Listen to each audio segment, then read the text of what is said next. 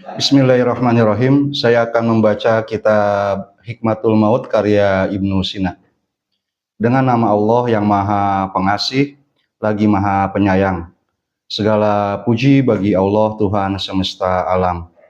Sholawatnya semoga tercurah kepada Nabi Muhammad dan keluarganya yang suci.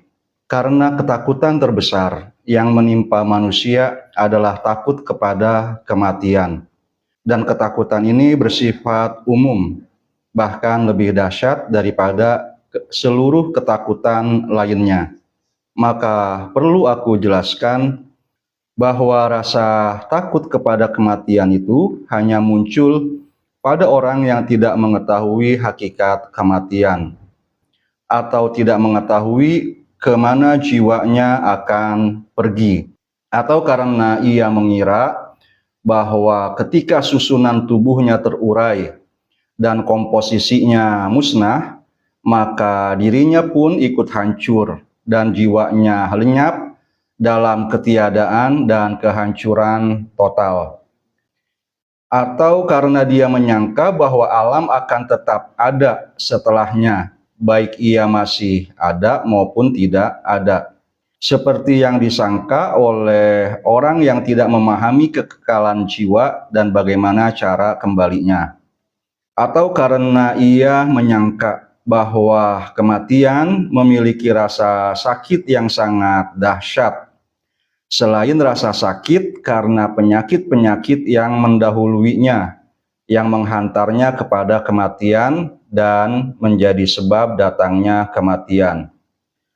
Atau karena ia meyakini adanya hukuman yang akan menimpanya setelah kematian, atau karena ia bingung dan tidak mengetahui apa yang akan dihadapinya sesudah mati, atau karena ia sedih meninggalkan harta dan harus merasa cukup dengan ketiadaannya.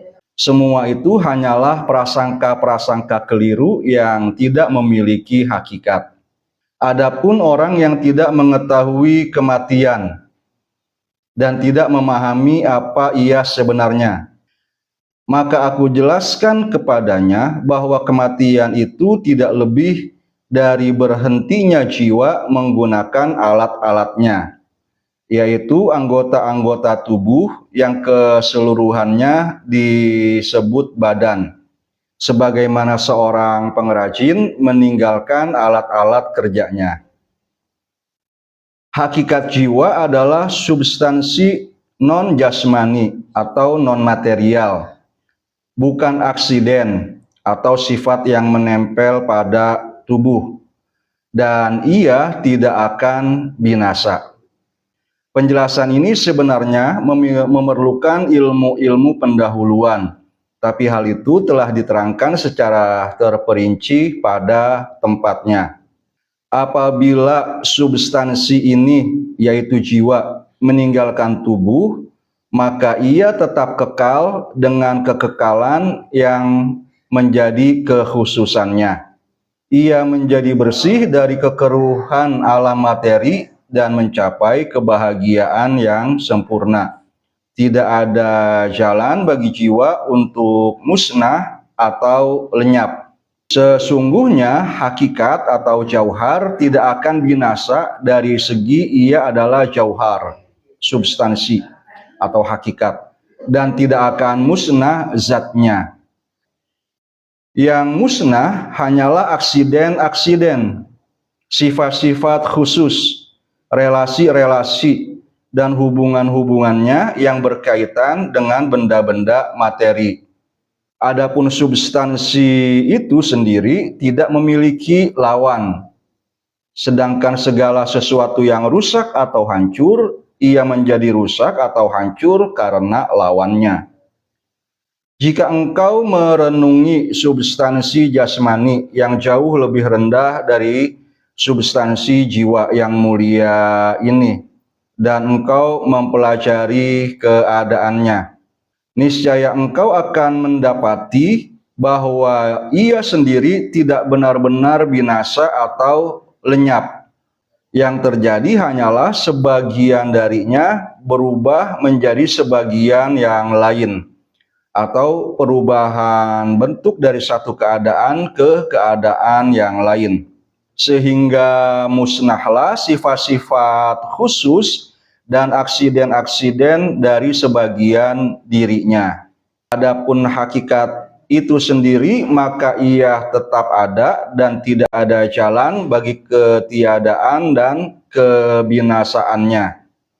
Adapun jauhar spiritual, substansi spiritual yang tidak menerima perubahan dan transformasi pada dirinya, dan ia hanya menerima kesempurnaan dan penyempurnaan bentuknya, maka bagaimana mungkin dapat dibayangkan ia mengalami kebinasaan dan kelenyapan.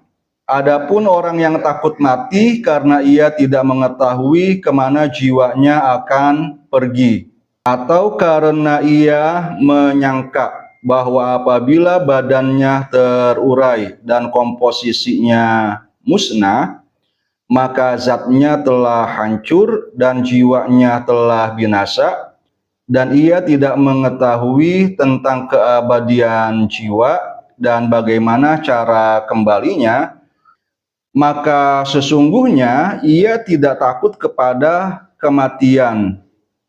Ia hanya tidak mengetahui apa yang seharusnya ia ketahui.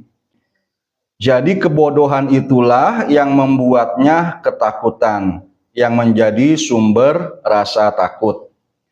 Ketidaktahuan inilah yang mendorong para ulama untuk menuntut ilmu dan bersusah payah di dalamnya. Mereka meninggalkan karenanya kenikmatan-kenikmatan jasmani dan kenyamanan-kenyamanan badan. Mereka memilih sebagai gantinya kelelahan dan begadang.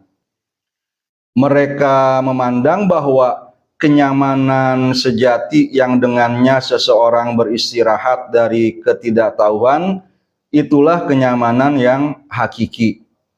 Dan bahwa kesusahan yang sejati adalah kesusahan akibat ketidaktahuan, karena ia adalah penyakit yang kronis bagi jiwa.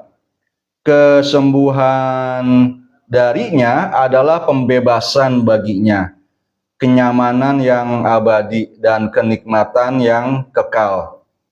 Maka tatkala hikmatwan atau para filsuf atau orang-orang yang bijak meyakini hal itu, memahami dengan jelas, menembus hakikatnya dan mencapai ketenangan dan ketentraman, maka menjadi ringan bagi mereka segala urusan dunia. Mereka meremehkan semua yang diagung-agungkan oleh orang banyak, seperti harta kekayaan, kenikmatan-kenikmatan indrawi yang hina, dan tujuan-tujuan yang mengantarkan kepadanya. Karena semua itu adalah hina, sedikit ketetapan dan kekekalannya, cepat lenyap dan binasanya. Banyak menimbulkan kekhawatiran apabila didapatkan, dan besar kesedihan apabila hilang. Karena itu, mereka hanya mengambil dunia sekadar kebutuhan pokok kehidupan. Mereka berpaling dari kemewahan kehidupan yang ada di dalamnya, karena alasan-alasan yang sudah aku sebutkan dan yang belum aku sebutkan.